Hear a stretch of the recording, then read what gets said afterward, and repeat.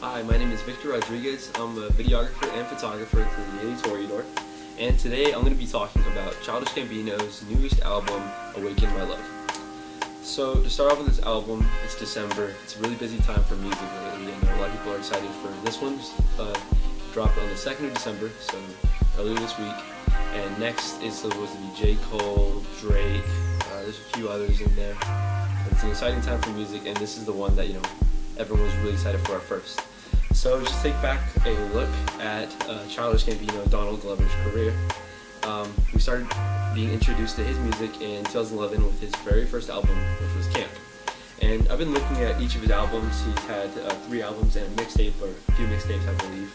But it all started with Camp, and I've been looking at each one. And when I look at Camp, he's known as a rapper now, and it was very much rap. But also I just saw some instances of rock and roll, and just real loud, like kind of in-your-face type music, and that was really cool, and that worked pretty well. And that really it did get his music career started off.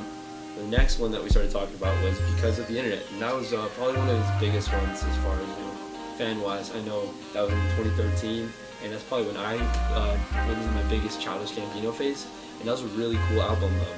But that's also where things changed a little bit. It was more of I saw it as like an electronic rap album, with some of the lyrics he was talking about and just the way that the music sounded.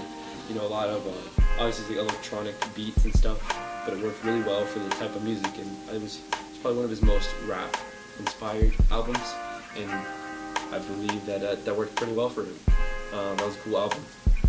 Then after that, there was the Kawhi Stone Mountain, kind of like a double-sided mixtape. That was pretty cool, but that's when I started to see Childish Gambino's transition as a musician. His rap lyrics kind of started to soften, and he was rapping a little bit less and singing a little bit more, which some people weren't into, but I thought it was pretty cool with songs like 3005 and Late Night and Kawhi with Jaden Smith. There's a really different type of music, and you can tell right off the bat, this he's changing his music a little bit. He's showing his creative side, and some people are saying, oh yeah, it was more of a pop than anything else.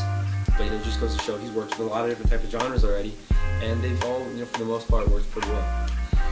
But the album that we're here to talk about today that just came out is Childish Gambino, Awaken My Love, and that's been a really cool album so far. So just looking at it right off the bat, I was seeing a lot of like jazz and funk in it. People were expecting rap, that's what he's known for, but in this one it's a lot of jazz and funk, and some artists that it reminds me of that I like already are Alabama Shakes, The Roots, and a lot of people have said even there's like some Prince influence in this album, which I don't know offhand if that's somebody who does influence Childish Gambino, but the way that the album sounds, it wouldn't surprise me, because it sounds a little bit like that type of music. There are parts where the album has just a really like mysterious, kind of like spooky vibe. There's some songs that I did list that remind me of that. It was like Boogeyman and Zombies. Those songs are like really funky and jazz, and they're here and there. It sounded kind of ominous but mysterious. It's a little weird to explain, but definitely something different than what he's done before. But it worked pretty well. Another thing, probably the main thing that I was going to say about this album, is that there's a really strong focus on the music and the actual composition and probably the chords of this music. Let's see what I said about this. Yeah, a lot of different instruments in each song is something that I did notice. Whereas before it was a lot of like electronic drum beats and just cool things that went together. But in here you hear just there's songs where the guitar just screamed at you, and you hear the drums and the strings and the keyboard and the piano, and it goes really good all together. And that's another thing that reminded me of like jazz, because in jazz music you have all these instruments coming together to make one type of music that makes it sound pretty cool. That's where I think a lot of this music does have that funky jazz type feel, and that's actually pretty cool. So yeah, I'd be excited. I wouldn't be surprised if he does. We're pretty sure after he puts this out in 2017, he's gonna go on tour. He's gonna play some tour shows and some festival shows. I think it's gonna be really cool to see that, because with this album and with this music that he's doing, I know in the past he's already done shows where he plays live instruments and live music, and he has a band there with him. But I think for this album, it's gonna work better than it's ever worked before. I'm really excited to hopefully get the chance to see that live this year.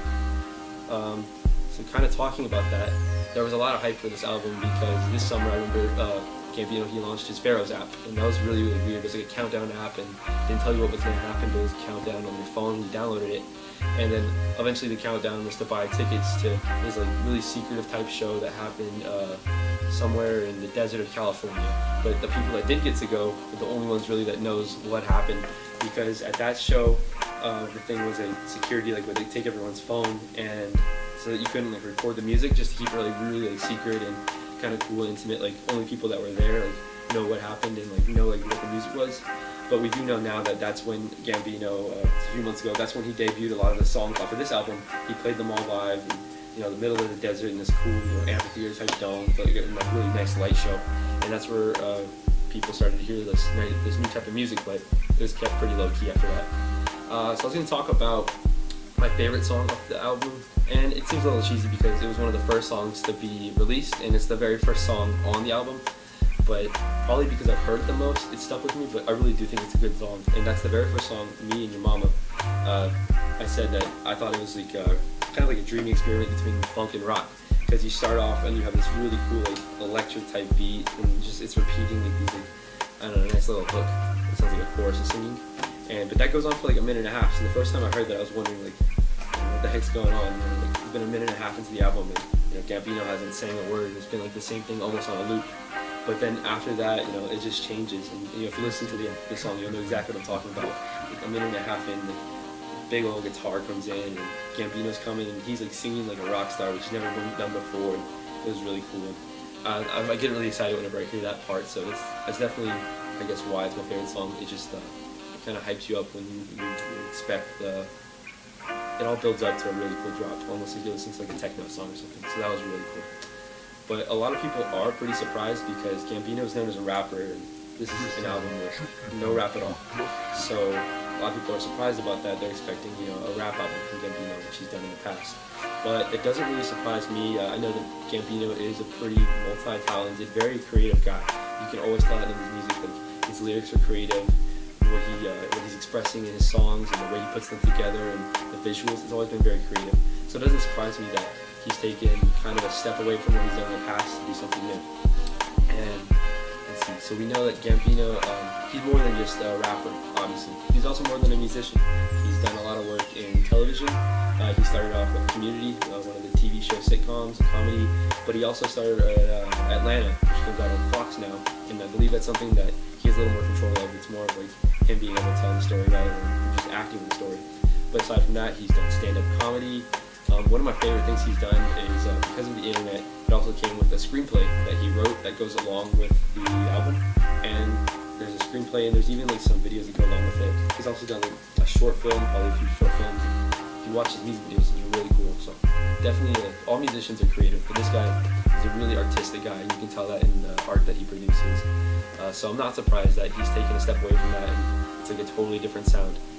I'm really curious to see that if he continues to move this sound into a few more albums, if he decides to put anything else out. I know there was a time where people weren't really sure if he was going to make music anymore, if they thought his musical career was done. And he comes out with this album, Awaken My Love, and it's just it's really surprising some people. It's blowing some people away. It's attracting fans that he might not have had before. People that might not have been into rap music, they're getting to listen to this music. And they're a Gambino fan because they like that rock and roll and the soul music and the funky stuff. Maybe they're into that now. So I think that was a smart move on his part, but I ultimately do think that he's happy making this type of music, and I find an appreciation for that because there's a lot of influence from him in this album, and I think that's pretty cool. But yeah, that being said, I wouldn't be surprised if he changes again, if he makes another type of album with another type of music, or if he leaves music for more film stuff. I think he can do a lot of things pretty well, so I wouldn't be surprised if he does decide to surprise us again. But kind of to wrap up the album, I know I talked about my favorite song on there. I encourage you guys to listen to it. Let me know what you think. I've listened to it a few times through, and when I listen to the album for the first time, I do like to listen a few times to kind of get a good feel of what I think about the album, whether or not I really do like it. But there's already a few songs on here that I do find myself going back and listening to a few times. And it gets really good. It kind of gets stuck in your head, and you gotta listen to them.